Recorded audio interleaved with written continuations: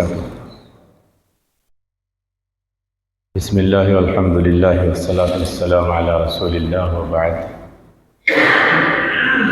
قال الله تعالى في القرآن الكريم: والعصر إن الإنسان لفي خسر إلا الذين آمنوا وعملوا الصالحات وتواصوا بالحق وتواصوا بالصبر.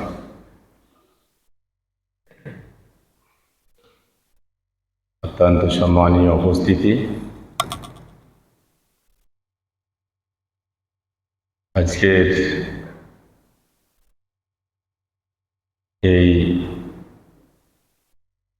ছোট্ট মাহফিলে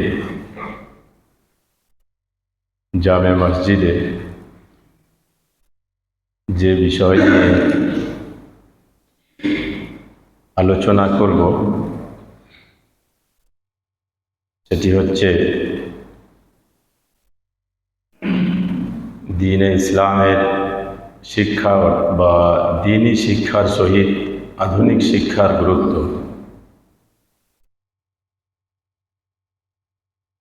এই টপিক শুনে হয়তো মনে হচ্ছে যে আমরা আধুনিক শিক্ষাতে গুরুত্ব দিচ্ছি না, দ্বীনি শিক্ষাতেই গুরুত্ব দিচ্ছি, এই রকম শুনে হয়তো মনে হচ্ছে, কিন্তু বাস্তব এর উল্টো। আমাদের এখন বর্তমানে দ্বীনি শিক্ষা, দ্বীনে ইসলামের শিক্ষা, আল্লাহ তাআলার ব্যাপারে, সৃষ্টিকর্তার ব্যাপারে জানা এবং তার কি প্রাপ্য বান্দাদের উপরে সেটি জানা, বা বান্দাদের সৃষ্টিকর্তার উপর কি প্রাপ্য সেগুলো জানা, আমাদের নবীর ব্যাপারে জানা, প্রফেট নবী মুহাম্মদ সাল্লাল্লাহু আলাইহি সাল্লামের ব্যাপারে জ্ঞান অর্জন করা, দ্বীনে ইসলামের যেগুলো ফান্ডামেন্টাল আইন রয়েছে, বেসিক আইন রয়েছে, সেগুলো জানা, এইগুলোই হচ্ছে দ্বীনি শিক্ষা। তো দ্বীনি শিক্ষা সম্ভবত আমাদের সকলেরই হচ্ছে, এরকম কিন্তু নয় ব্যাপারটা। আজকে বর্তমানে দ্বীনি শিক্ষাটাই হচ্ছে না। আপনি দেখুন, হয়তো আপনার আশেপাশের প্রতিষ্ঠানেও দেখতে পাচ্ছেন, বুঝতে পারছেন,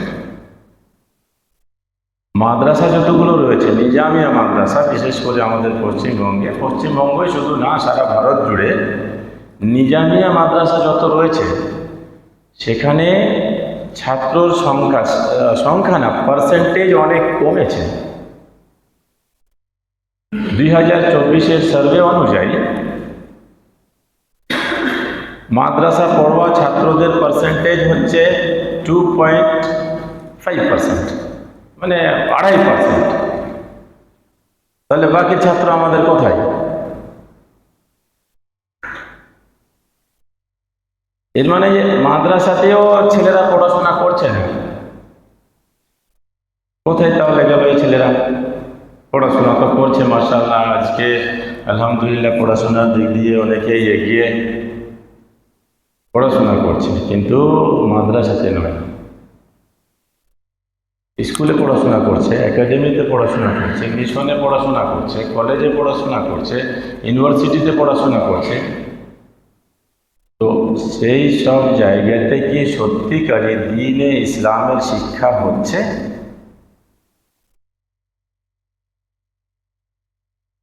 নিজের প্রভুর ব্যাপারে, সৃষ্টিকর্তার ব্যাপারে জানা, নবীর ব্যাপারে জানা, দ্বীনে ইসলামের আইন কানুন বিধানের উপরে জ্ঞান অর্জন করা এবং সেই মোতাবেক আমল করা, এটি কি হচ্ছে কি সেই সব ইনস্টিটিউশনে? উত্তর সম্ভবত না।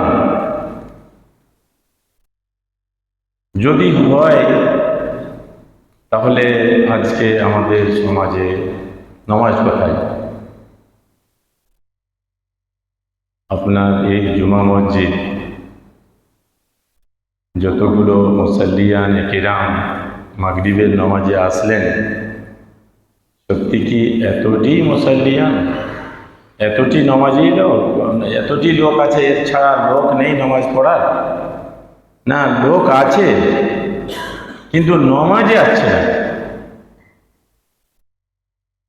এটা সম্ভবত আপনারাও জানছেন, 2024-এর সার্ভে অনুযায়ী মুসলিমদের মধ্যে নামাজের পার্সেন্টেজ হচ্ছে মাত্র 2%।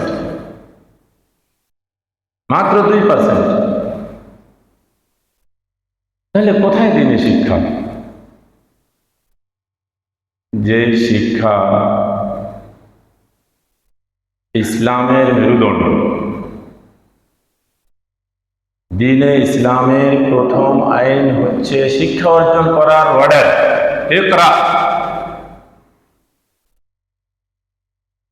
প্রফেট নবী মুহাম্মদ সাল্লাল্লাহু আলাইহি ওয়াসাল্লামকে সর্বপ্রথমে যে আইন দেওয়া হচ্ছে বা অর্ডার করা হচ্ছে সেটি হচ্ছে ইকরা, তোমরা পড়াশোনা করো, তুমি পড়ো।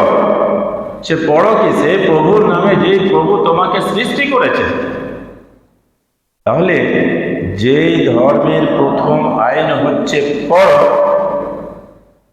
ওই পড়া পড়ো, যেই প্রভু, ওই প্রভুর পড়া পড়ো, যে প্রভু তোমাদের সৃষ্টি করেছে।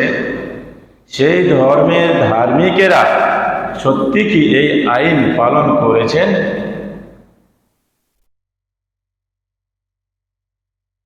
এর উত্তর যদি আমরা হ্যাঁ বলি, তাহলে আমাদের নামাজির সংখ্যা বেশি হতে হবে,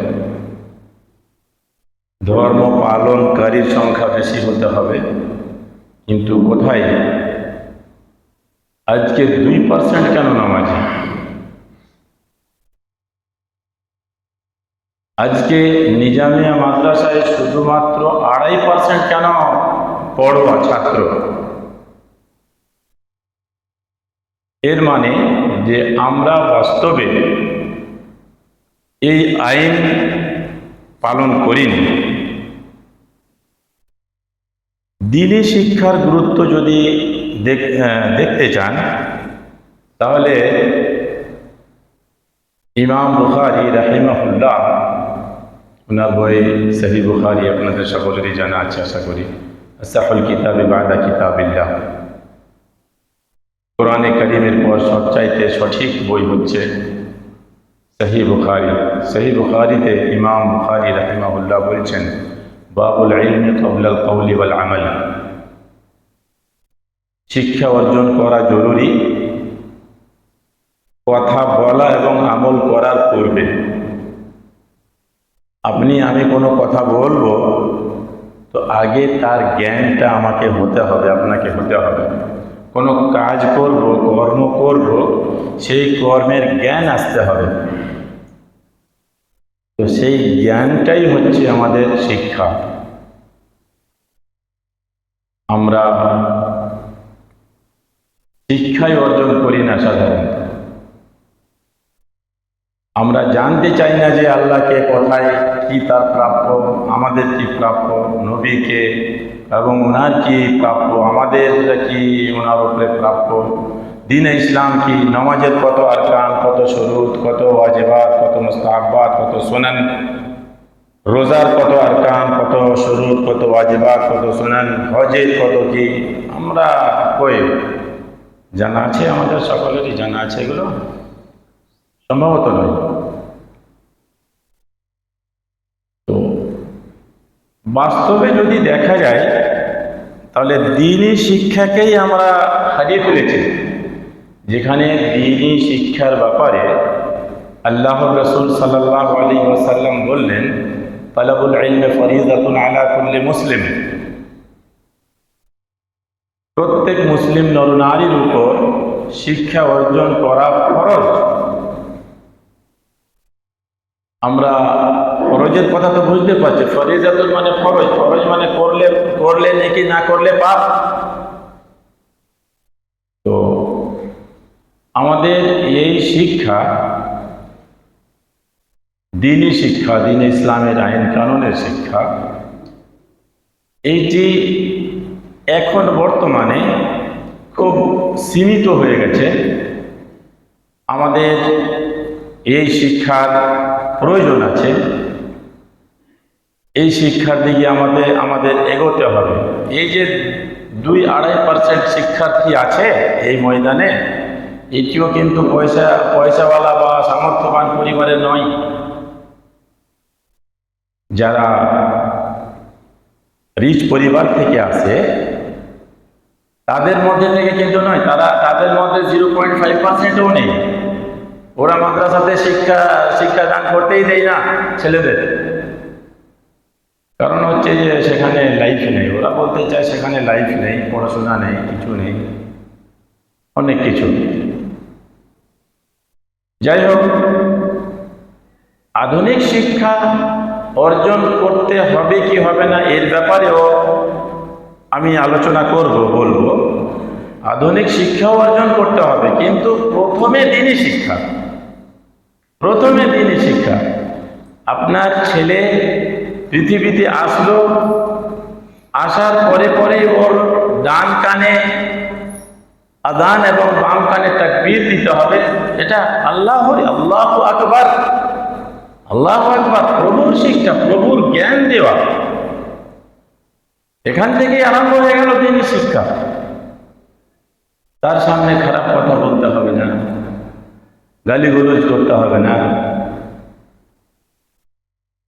এবং তার সামনে এইরকম কোনো ব্যবহার দেখাতে হবে না যেটিতে ওর নেচার খারাপ হবে। বাচ্চা ছেলে তো ওর তো বোঝার ক্ষমতা তো নেই এবং বলারও ক্ষমতা নেই। ও দেখবে, সেটাকে কপি করবে, ও দেখেই শিখবে। যখন ও শুনতে পাবে, শুনে ও বলতে পারবে, তো সেটাই বলবে। আপনার মুখ দিয়ে যদি কালিমা লা ইলাহা ইল্লাল্লাহ শুনে, তো সেটাই শিখবে। যদি সালার পাটা সালা শুনে, তো সেটাও শিখবে।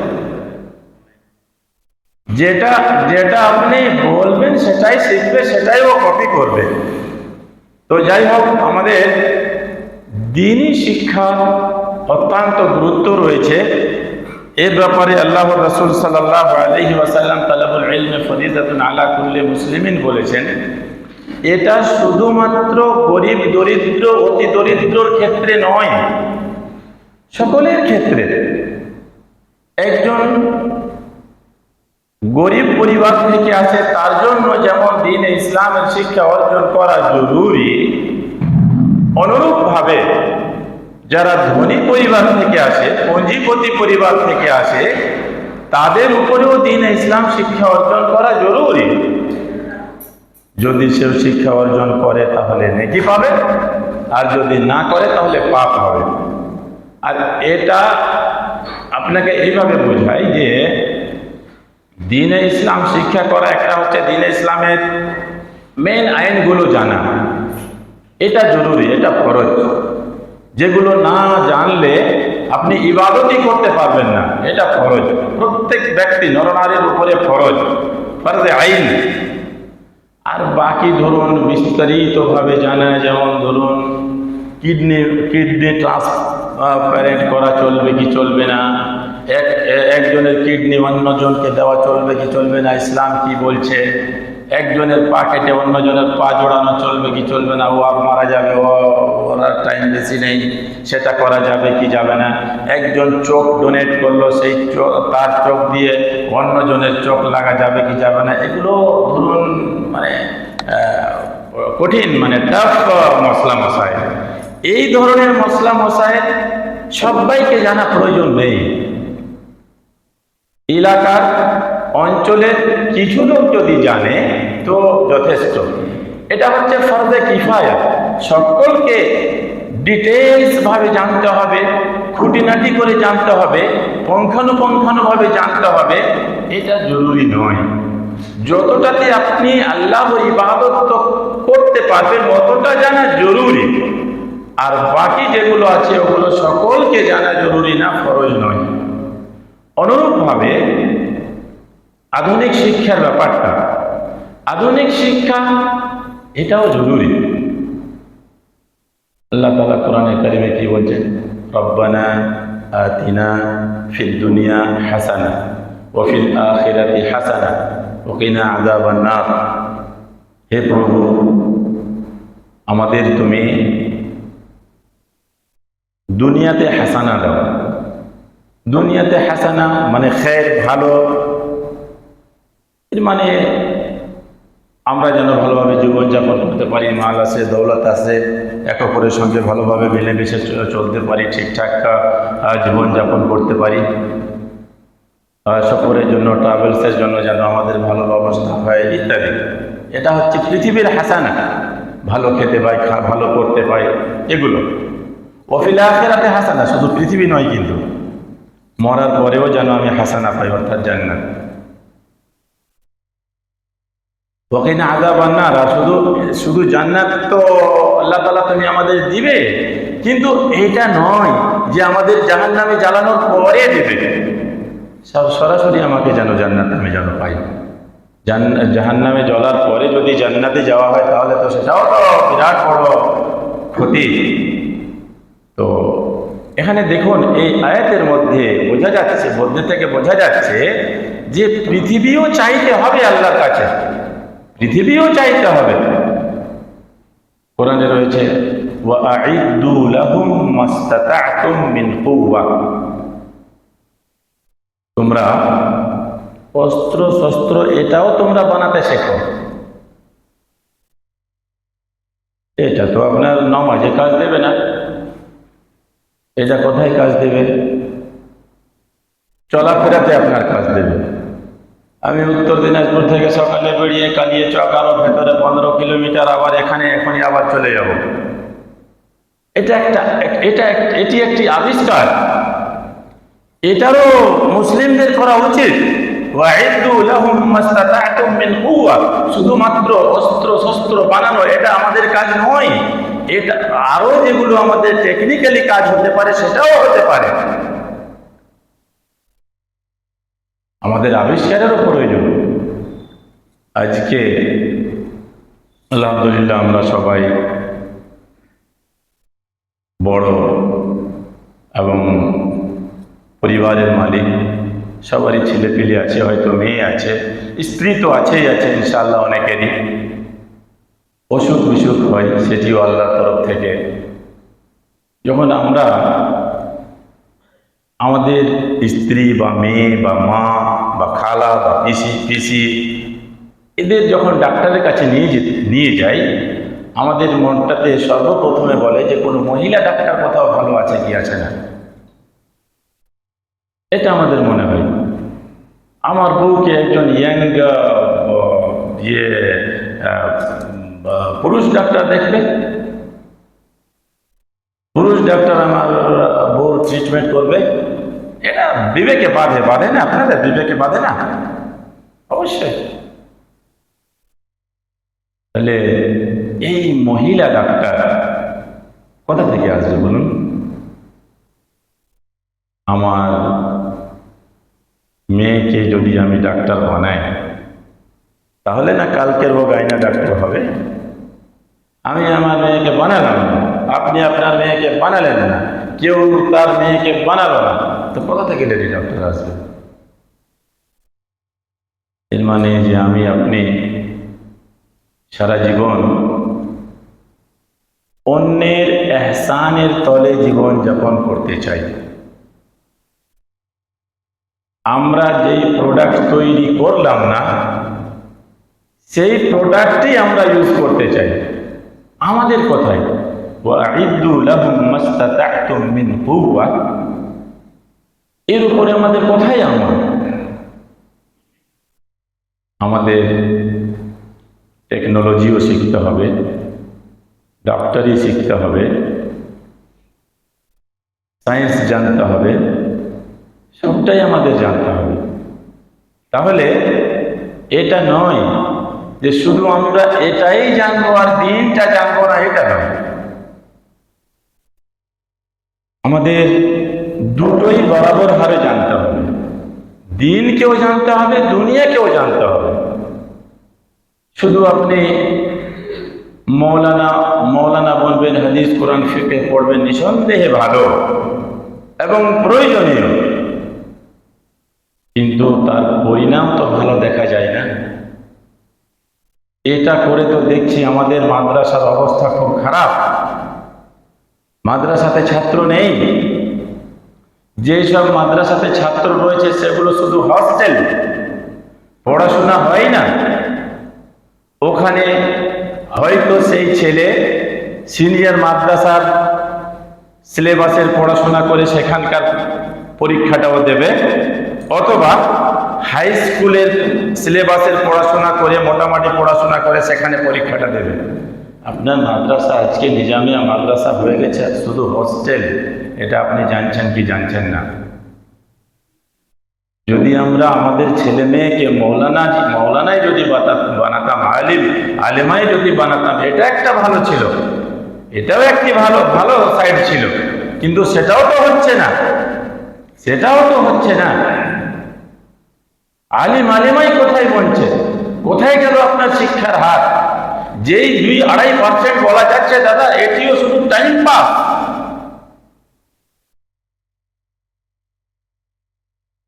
আপনারা জানেন আজকের ডেটে ভালো আলিম পাওয়া যায় না।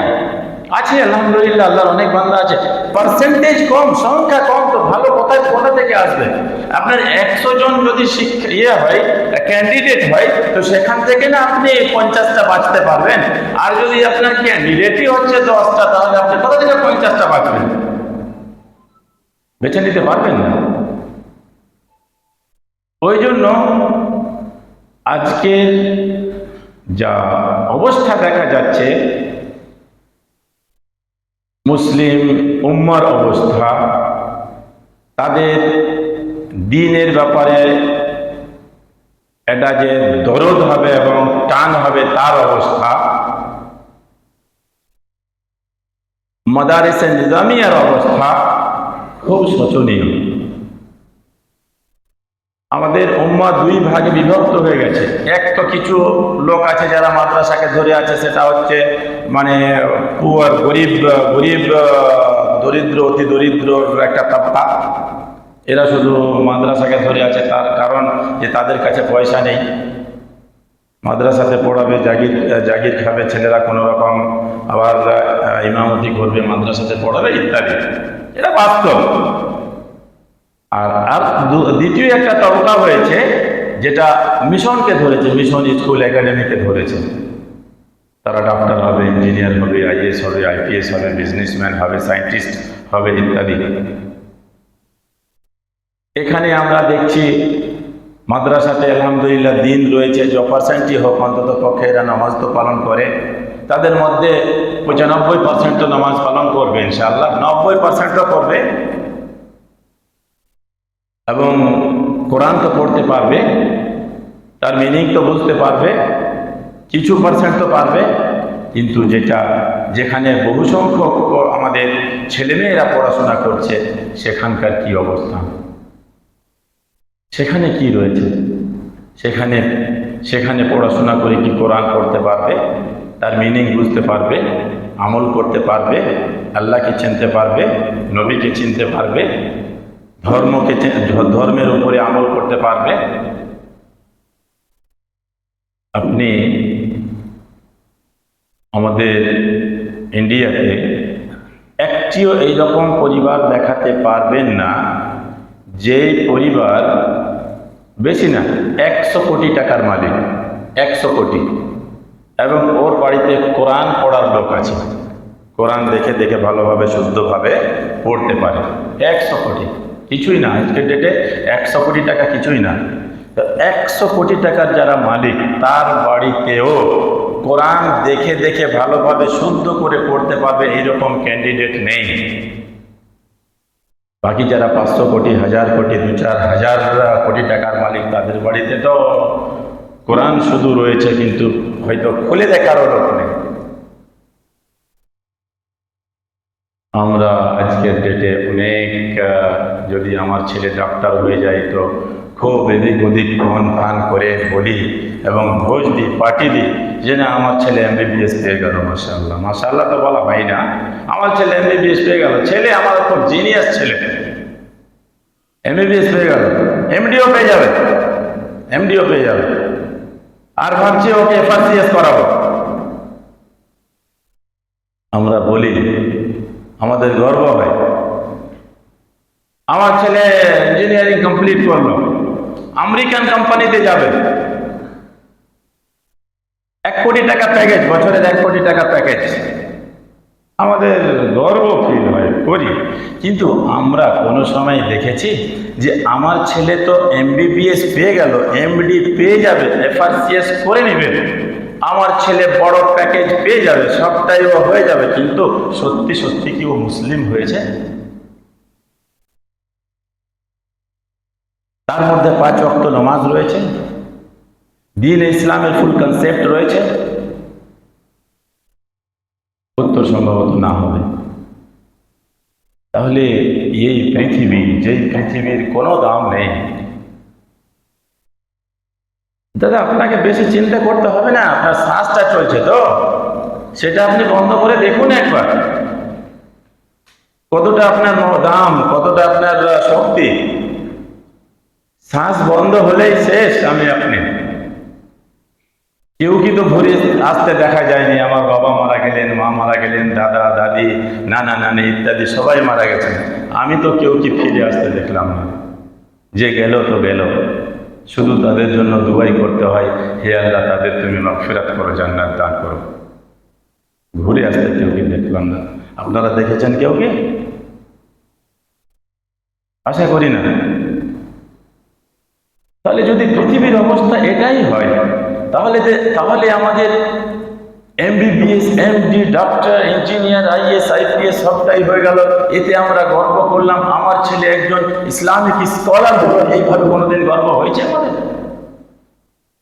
বা আমার ছেলে ইসলামিক স্কলার এবং 5 ওয়াক্ত নামাজি এবং কওমের জন্য ভালো কাজ করে যাচ্ছে, এরকম আমাদের কোনো চিন্তা ভাবনা হয়েছে? বা এটাই হোক যে আমার ছেলে ডাক্তার, MBBS পেল, কিন্তু আলহামদুলিল্লাহ আমার ছেলে কোরআন শুদ্ধ করে পড়তে পারে, এবং আমার ছেলে আল্লাহ, আল্লাহ রাসূল এবং দ্বীন ইসলামের নলেজ রাখে, এবং আমার ছেলে 5 ওয়াক্ত নামাজ পালন করে, আমার ছেলের ইসলামিক ফুল কনসেপ্ট রয়েছে, এবং MBBSও পেয়ে গেল। আছে কেউ এরকম? কেউ ধারণা হয়েছে যে এইরকম যদি হতো তাহলে ভালো হতো? হওয়া উচিত কি উচিত নয় বলুন? হোক না, আমার ছেলে ডাক্তার হোক না, হওয়া তো প্রয়োজন। আমি তো এক্ষুনি বললাম যে আমরা গাইনা ডাক্তার চাই, বাট আমরা নিজের মেয়েদের ডাক্তার বানাতে চাই না। তাহলে ভুলটা কোথায়? আপনি চাইলে হবে, আপনি শুধু পরের খাবেন, আপনি নিজে কিছু করবেন না। আল্লাহ তাআলা আপনাকে শক্তি দেয়নি, ব্রেন দেয়নি, বুদ্ধি দেয়নি, দিমাগ দেয়নি, পয়সা দেয়নি, কি দেয়নি আপনাকে? আল্লাহ কোনটা নিয়ামত থেকে আপনাকে বঞ্চিত করেছে বলুন? আপনি আপনার মেয়েকে ডাক্তার, ইঞ্জিনিয়ার ডাক্তার বানাবেন না, গাইনা ডাক্তার বানাবেন না, আর আপনি চাইবেন যে না আমার বউকে আমি গাইনা ডাক্তারের কাছে দেখাবো। আপনি লয়ার তৈরি করবেন না, আর আপনি ইমানদার এবং ফেথফুল আপনি খুঁজবেন, লয়ার খুঁজবেন, কোথায় পাবেন আপনি? আপনার ছেলেকে লয়ার বানান, আপনি উকিল বানান, ব্যারিস্টার বানান, লিডার বানান, MLA MP বানান। আপনি আপনার ছেলেকে ভালো শিক্ষা দীক্ষা, তালিম, তরবিয়ত দিয়ে আপনার ছেলেকে ভাই আপনি বানাতে চাইছেন না যে না এই দুনিয়া খুব খারাপ, ডাক্তার বানালে কি বলে, লিডার বানালে ও বেঈমানি করবে, এবং MLA MP হবে তো বেঈমানি করবে। আরে ভাই, আপনি আপনার ছেলেকে সঠিক শিক্ষা দান করুন, দ্বীন ইসলামের শিক্ষা দিন, আধুনিক শিক্ষা দিন। দুটোই শিক্ষা দেওয়ার পরে ও গ্র্যাজুয়েট করুক, MA PhD যা করবে করুক, তারপরে আপনি ওকে লিডার বানান, আপনি LLB করান, ওকে আপনি BCom করান, চার্টার অ্যাকাউন্ট তৈরি হব। এইসব কথার হচ্ছে, সারমর্ম হচ্ছে যে আমাদের সকলকে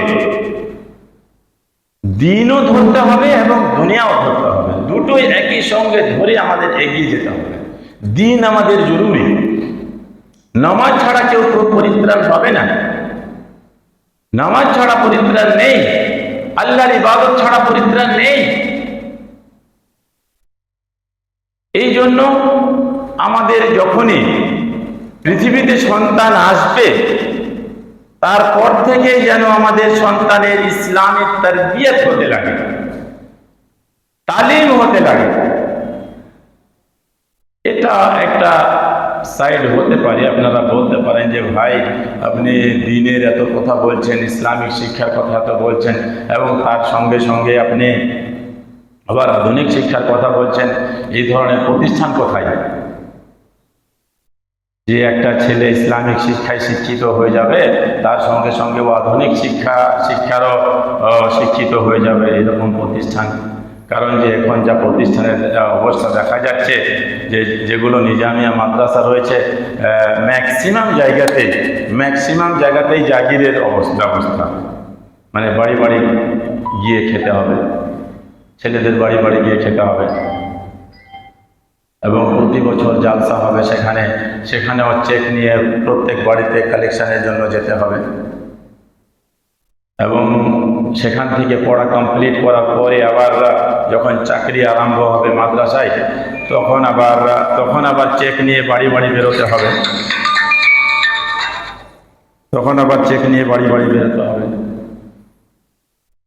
তার লাইফ কোথায়? যখন থেকে ও মাদ্রাসা গেল তখন থেকে ভিখারি ট্রেনিং। এটা শুনে হয়তো আপনাদের খারাপ লাগছে নাকি? হ্যাঁ না কিছু বলেন? হ্যাঁ, মানে এই ধরনের বলা উচিত নয় না বলা চলবে? মানে এটা বাস্তব আর কি, এটা বাস্তব, এরকম হচ্ছে। এখন আপনাদের বেলডাঙ্গাতে হচ্ছে কি হচ্ছে না, বেলডাঙ্গার আশেপাশে দেখতে পাবেন যেখানে আপনার জাগিরি ব্যবস্থা আছে, মানে যখনই আপনার ছেলেকে 7 বছর বয়সে দিয়ে আসলেন তখন থেকে জাগিরের বাড়ি যাবে, একটা টিফিন নিয়ে যাবে। আমরাও পড়েছি ওইভাবে, এটা না যে আমরা পড়িনি, আমরাও পড়েছি কিছুদিন আলহামদুলিল্লাহ, কিন্তু তখন হয়তো ব্যবস্থা ছিল না, কিছু হবে। যাই হোক, আমি যেটা বলতে চাইছি যে এই ব্যবস্থাপনা এখানে খুব ভালো নেই, এই জায়গাটাতে নিজামিয়া মাদ্রাসাতে ব্যবস্থাপনাটা ভালো নেই। মানে জাগির, তারপর জলসাতে আপনার চাঁদা করে বেড়া, তারপর আবার কালেকশন, বাড়ি বাড়ি গিয়ে কালেকশন করা, এই লাইনটা একটু মানে ভিক্ষার লাইন মনে হচ্ছে। এই জন্য হয়তো লোকেরা ওখানে ছেড়ে দিতে চায় না। ওই জন্যই আমরা দেখছি যে সেখানে শিক্ষার্থীর পার্সেন্টেজ হচ্ছে মাত্র 2.5%। তো এটাকে ভালো করতে হবে, এর যে ট্রিটমেন্ট হচ্ছে আমাদের, এটা ভালো করতে হবে। এখানে শুধু আপনার অসুখ হয়েছে, তো অসুখ রেখে দিয়েই আপনি ভাবছেন যে আমার শরীর ভালো হয়ে যাবে, এটা হবে? এটা যদি অসুখ থাকে, অসুখ ভালো করতে হবে, জাগিয়ে তুলতে হবে, এবং সেখানকার যা ইনফ্রাস্ট্রাকচার আছে সেটাকে ভালো করতে হবে, খাওয়া দাওয়া ইত্যাদি, থাকা ওঠা বসা সব ঠিক করতে হবে, পড়াশোনা ঠিক করতে হবে, সিলেবাস ঠিক করতে হবে। সবটাই ঠিক করে যদি ওই জায়গাতেই আপনার হাদিস, কোরআন, ফিকহ, তাফসীর পড়া হয়, আর সেই জায়গাতেই যদি English, math, science, geography, history, physics, chemistry সব কিছু যদি পড়া হয়, তাহলে অসুবিধা আছে? সেখানে তো একটা গরিবের ছেলেও গিয়ে পড়াশোনা করতে পারবে এবং একটা ধনীর ছেলেও গিয়ে পড়াশোনা করতে পারবে। সে আপনার ইচ্ছা এবং রুচি অনুযায়ী ও হয়তো ইসলামিক স্কলারও হতে পারে, এবং সে আপনার ইচ্ছা অনুযায়ী ডক্টর, ইঞ্জিনিয়ার, IAS, IPSও হতে পারে। সম্ভব আছে। এর মানে যে আমাদের এই ফিল্ডে কাজ করার প্রয়োজন আছে, এই ফিল্ডে আমাদের পরিশ্রমের প্রয়োজন আছে। আমরা যারা মাদ্রাসা চালাই, সবারই কথা আমি বলছি, তাদের যদি এটা ব্রেনে না ধরারই কথা, যেহেতু এটা বাস্তব, এর অস্বীকার কে করতে পারে, কে এর ইনকার করতে পারে? যেটা আমরা দেখতে পাচ্ছি সেটাই তো বাস্তব। তো এটাকে আমাদের রিফর্ম করতে হবে, ঠিক করতে হবে। যদি ঠিক হয়ে গেল তাহলে আলহামদুলিল্লাহ, এখানে পার্সেন্টেজ বেড়ে যাবে। আমরা স্কুল, একাডেমি, মিশনে যারা ওখানে দেখছি মাশাআল্লাহ অ্যাডমিশন ফি 5,000, 10,000, 15,000, 20,000, 25,000, 30,000 করে দিচ্ছে, এবং মান্থলি ফি 3,000, 4,000, 5,000, 7,000, 8,000, 10,000 করে দিচ্ছে। তবুও ছেলে দিতে পারছে না, এত ছেলে। এবং সেখানে আরও একটা কি দেখছি জানেন, সেখানে যদি ইংলিশ মিডিয়াম হয়, কেজি বা 1, 2 থেকে আরম্ভ করলো 4, 5 পর্যন্ত ইংলিশ ও ফারফার বলছে, ভালো ইংলিশ বলছে। আমাদের মাদ্রাসায় কোথায়? আমাদের মাদ্রাসাতে আপনার একটা বাচ্চাকে দিলাম 8 বছর 7 বছর বয়সে, সে ফারাগাত পর্যন্ত দাওরায়ে হাদিস পর্যন্ত পড়ে নিল, তার আরবি কোথায়? আরবি তো বলতে পারে না সে। এর মানে যে আমাদের দুর্বলতা আছে এখানে, আমাদের সিস্টেমে দুর্বলতা আছে, আমাদের পড়াশোনাতে দুর্বলতা আছে, আমাদের ইনফ্রাস্ট্রাকচারে দুর্বলতা আছে, আমাদের সিলেবাসে দুর্বলতা আছে, এবং আমাদের একাডেমিকে দুর্বলতা আছে, অর্থাৎ আমাদের টিচিং স্টাফে দুর্বলতা আছে। যদি এগুলো আমরা ঠিকঠাক করে নিতে পারি তাহলে আমাদের পার্সেন্টেজ বেড়ে যাবে, এবং এগুলো যদি আমরা ঠিকঠাক করে নিতে পারি তাহলে আজকে যে আমরা কান্না করছি যে আমাদের ছেলেমেয়েরা গেল কোথায়, আমাদের ছেলেমেয়েরা দিন থেকে হতে গেল কেন, আমাদের ছেলেমেয়েদের নামাজ কোথায় গেল, আমাদের ছেলেমেয়েদের দিন কোথায় গেল, এইভাবে আমাদের কান্না করার প্রয়োজন হবে না। আল্লাহর বড় মেহেরবানি, অনেকেই চিন্তা ভাবনা করে উম্মতে মুসলিমার ব্যাপার নিয়ে এবং তাদের শিক্ষা দীক্ষা নিয়ে, তাদের স্থান নিয়ে, তাদের মর্যাদা নিয়ে। তার মধ্যে আমরাও চিন্তা ভাবনা করেছি, আমাদের লেগেছে যে আজকে দিন থেকে লোকেরা এত বেশি হারে সরে যাচ্ছে, তার কারণটা কি? দিনই মাদারেসে ছেলে মেয়ে দিতে চাইছে না বা দিচ্ছে না, বা যারা দিচ্ছে অসহায়গুলো শুধু দিচ্ছে, যারা পয়সা পে করতে পারবে না তারা দিচ্ছে, যারা পয়সা দিতে পারবে না তারা দিচ্ছে। এর কারণটা কি? কারণ ওটাই দেখা গেছে যে যারা পয়সা পে করতে পারবে না ওরা দিচ্ছে, কারণ ওদের কাছে পয়সা নেই। যারা পয়সা পে করতে পারবে ওরা দেখছে যে ওখানে লাইফ নেই, ওই জন্য ও দিচ্ছে না। যেখানে দেখছে লাইফ আছে সেখানে দিচ্ছে, কিন্তু বাস্তবে সেটাও কিন্তু লাইফ নয়, বাস্তবে সেটাও লাইফ নয়। একজন ছেলে মেয়ে ও ডক্টর, ইঞ্জিনিয়ার, IAS IPS কিছুই হয়ে যাক, কতই আগে বেড়ে যাক, কিন্তু বাস্তবে মুসলিম তো হয়নি। যদি বাস্তবে মুসলিমই না হয়ে থাকে তাহলে কি লাইফ হলো ওটা? এটা দেখে কিছু প্রতিষ্ঠান আলহামদুলিল্লাহ তৈরি হয়েছে, যেখানে কিছু খাস সিস্টেমে সেগুলো প্রতিষ্ঠান চলছে। তার মধ্যে এটি জামিয়াতুল ফুরকান রয়েছে, ওখানে বিভিন্ন বিভাগ রয়েছে, আল ফুরকান স্কলার একাডেমি রয়েছে, GS গার্লস মিশন রয়েছে, আরও বিভিন্ন রয়েছে, মাহাদ ওমর বিন খাত্তাব লিতাহফিজুল কোরআন রয়েছে। সবটাই বিভাগে দিনের সঙ্গে দুনিয়া রাখা হয়েছে, এবং এটা এইভাবে ডিজাইন করা হয়েছে যে কেজি থেকে নিয়ে 8 পর্যন্ত কমন সিলেবাস পড়া হবে, অর্থাৎ হাদিস, কোরআন, ফিকহ, তাফসীর ইত্যাদি সবটাই পড়া হবে, এবং ম্যাথ, সায়েন্স, জিওগ্রাফি, হিস্ট্রি সবটাই পড়া হবে 8 পর্যন্ত। ক্লাস 8 আপনার বুলুগুল মারাম, হাদিসের মধ্যে বুলুগুল মারাম এবং কিতাবুত তাওহীদ পড়া হবে, এবং ফিকহ মুহাম্মাদি জিওয়াদ। তো 8 পর্যন্ত আলহামদুলিল্লাহ আমাদের কমিউনিটিতে আমাদের ছেলে মেয়েদের 8 পর্যন্ত দ্বীনে ইসলামের সঙ্গে আধুনিক শিক্ষা বা আধুনিক শিক্ষার সঙ্গে দ্বীনে ইসলামকে পড়া একেবারে সম্ভব এবং সহজ। আর এটা হচ্ছে আলহামদুলিল্লাহ 8-এর পর যখন দ্বীনের মেন আইনগুলো জেনে নিল, কিতাবুত তাওহীদ পড়ে নিল, ও আপনার বুলুগুল মারাম হাদিসের বই পড়ে নিল, আরবাঈন নওবিয়া পড়ে নিল, তারপর আরবিকের অনেক কিছু পড়ে নিল, তাফসীর পড়ে নিল, মুহাম্মাদি জিওয়াদ পড়ে নিল।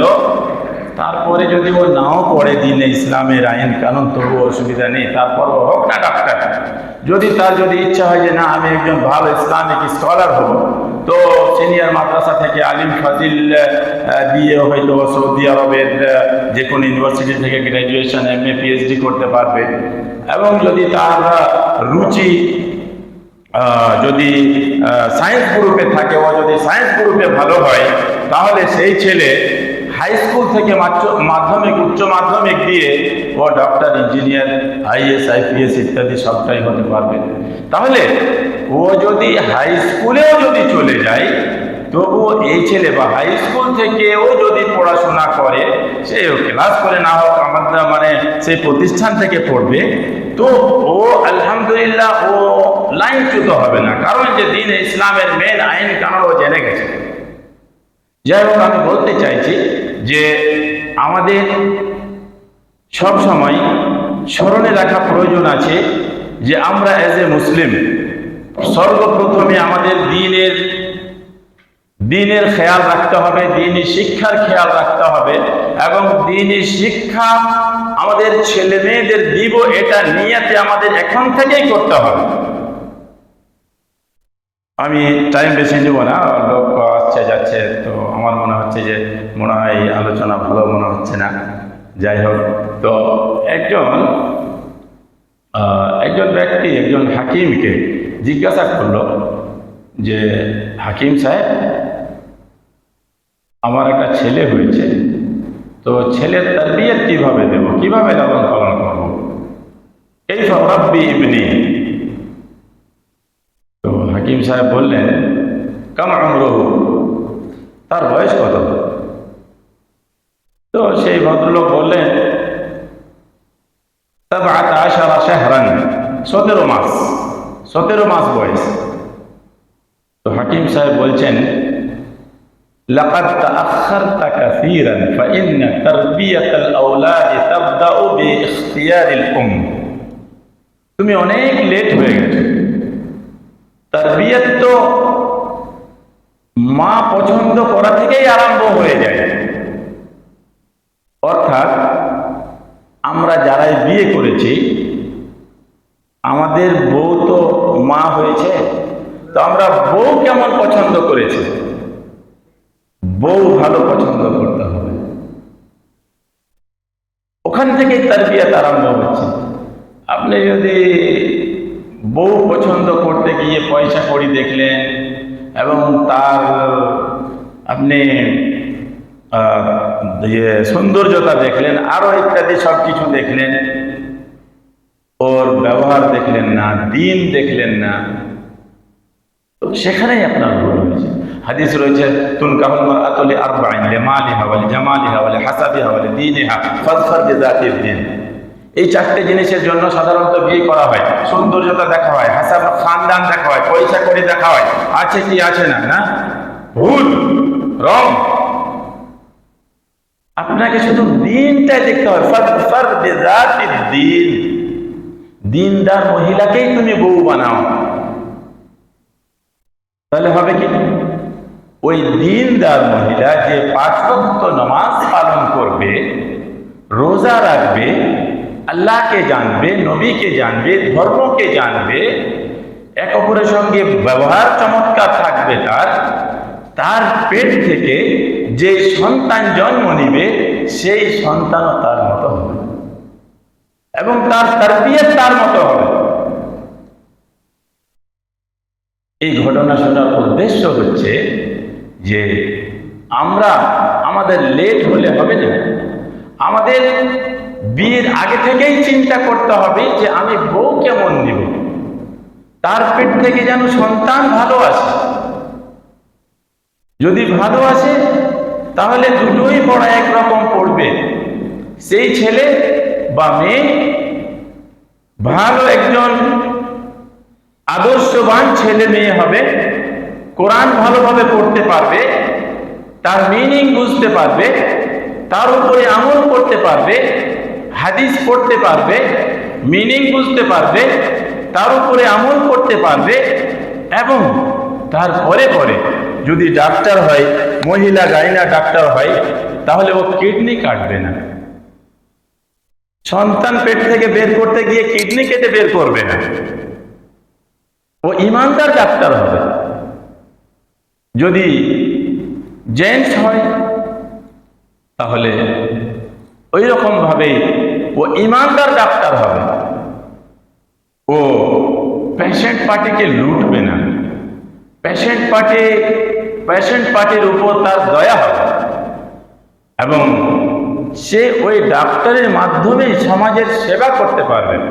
আপনি জানেন, পৃথিবীতে কেউরই কথা মানব চাহে না মানব, ডাক্তারের কথা ওকে মানতে হবে। ওকে ক্যান্সার হয়েছে, ডাক্তারের কাছে গেল, ডাক্তার বলল, বেটা তুমি সিগারেট পান করছো না, তুমি সিগারেট না ছাড়লে তুমি গেলে শেষ, তুমি এইরকম ক্রস মার্ক। কার কথা শুনবে? ওই সিগারেট দেখবে না ওর লাইফ দেখবে? বলুন, এখানে ডাক্তারেরও কথা শুনবে। তাহলে আমরা যদি দ্বীন ইসলামের শিক্ষার সহিত, দ্বীন ইসলামের শিক্ষা সমেত ছেলে ডাক্তার বানাতে পারি, তবু আমাদের এটার অনেক প্রয়োজন আছে। মেয়ে ডাক্তার বানাতে পারি, এরও আমাদের প্রয়োজন আছে। বড় ভালো ইসলামিক স্কলার তৈরি করতে পারি, এরও অনেক প্রয়োজন আছে। এবং সবটাতেই আমাদের লাভ আছে, সবটারই আমাদের প্রয়োজন আছে। এখন যেটা আমাদের হচ্ছে অন সাইডেড হচ্ছে, হয় ইসলামিক স্কলারই হচ্ছে, সেটাও ভালোভাবে কার্যকারী হচ্ছে না, হয় ও ডাক্তার ইঞ্জিনিয়ারই হচ্ছে, তার মধ্যে দ্বীনের কিছুই থাকছে না। সে নামে মুসলিম থাকছে কিন্তু বাস্তবে সে একজন নাস্তিক। এটা আমাদের মুসলিম উম্মার জন্য অত্যন্ত দুঃখজনক মেসেজ। এটা টোটালি হওয়া উচিত নয়। যদি এরকম হয় আর হতেই থাকে, কন্টিনিউ থাকে, এর মানে যে মুসলিম উম্মার এইটা শেষ হয়ে গেছে। আপনাদের সকলের নিকট অনুরোধ রাখব, দরখাস্ত রাখব, নিজের ছেলে মেয়েদের শিক্ষা দীক্ষা নিয়ে চিন্তা ভাবনা করবেন এবং এমনভাবে শিক্ষা দীক্ষা দেওয়ার চেষ্টা করবেন যাতে করে আপনার ছেলে দুনিয়াও পায়, আখেরাতও পায়, যাতে করে আপনার মেয়ে দুনিয়াও পায়, আখেরাতও পায়। আল্লাহ তাআলার নিকট দোয়া করব, হে আল্লাহ, তুমি আমাদের সকলকে সঠিকভাবে ইসলামী শিক্ষা এবং আধুনিক শিক্ষার গুরুত্ব বুঝার তৌফিক দান করো। বলেন আমিন। হে আল্লাহ, আমরা পৃথিবীতে জীবনযাপন যতদিন করছি, আমাদের ঈমানের সহিত জীবনযাপন করার তৌফিক প্রদান করো। হে আল্লাহ, আমাদের যত সন্তান সন্ততি রয়েছে তাদের সঠিকভাবে শিক্ষা দীক্ষা দেওয়ার তৌফিক দান করো। আমাদের মধ্যে যারা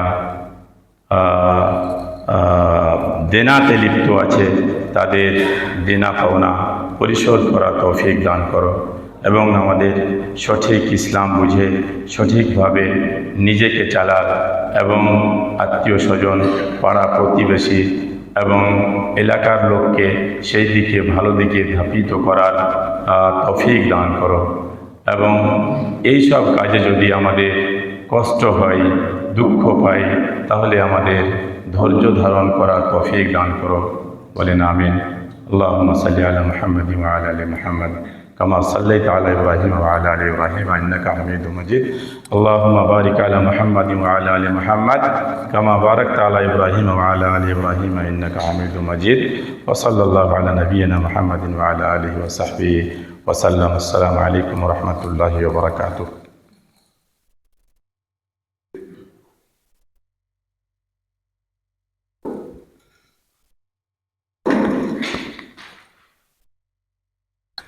যদি আপনাদের এইসব বিষয়ে কোনো প্রশ্ন বা জানার কিছু থাকে তাহলে বলতে পারেন, ইনশাআল্লাহ বলা যাবে। এই ইশতেহারটি রয়েছে, এদিকে the boys Madrasa Al Furqan scholar একাডেমির রয়েছে, বৈশিষ্ট্য রয়েছে, এবং অপর সাইডে জিএস গার্লস মিশন অর্থাৎ মহিলা মাদ্রাসা এর ডিসক্রিপশন রয়েছে। জি, এই ইশতেহারে যা কিছু দেওয়া আছে এর চাইতে বেশি আছে কিন্তু কম নেই। জি জি, এর চাইতে বেশি আছে কিন্তু কম নেই। আর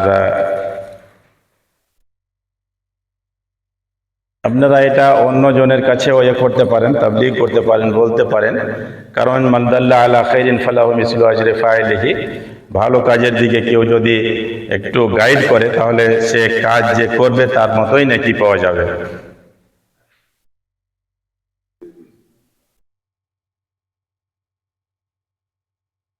আর ওই প্রতিষ্ঠানে এই ছেলে মুনির পড়াশোনা করে, এই ছেলে তো জি, তো এর কাছ থেকেও জানা যাবে আলহামদুলিল্লাহ আমাদের ভালো ইনফ্রাস্ট্রাকচার এবং খাওয়া দাওয়া, পড়াশোনা ইত্যাদি।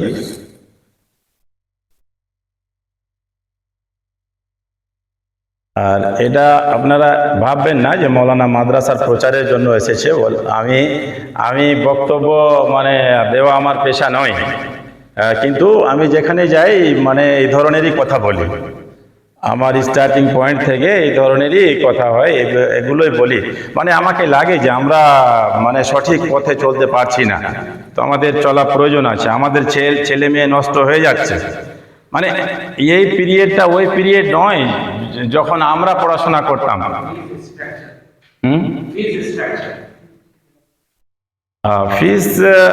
ফিসের বিবরণ এখানে দেওয়া হয়নি। তাহলে যেগুলো আপনাদের মিশন একাডেমি আমরা দেখি সেগুলোর মতোই ফিস আছে।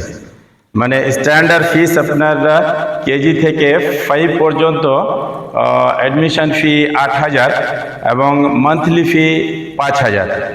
এটা স্ট্যান্ডার্ড ফিস, এবং উপরে কিছু বেশি আছে।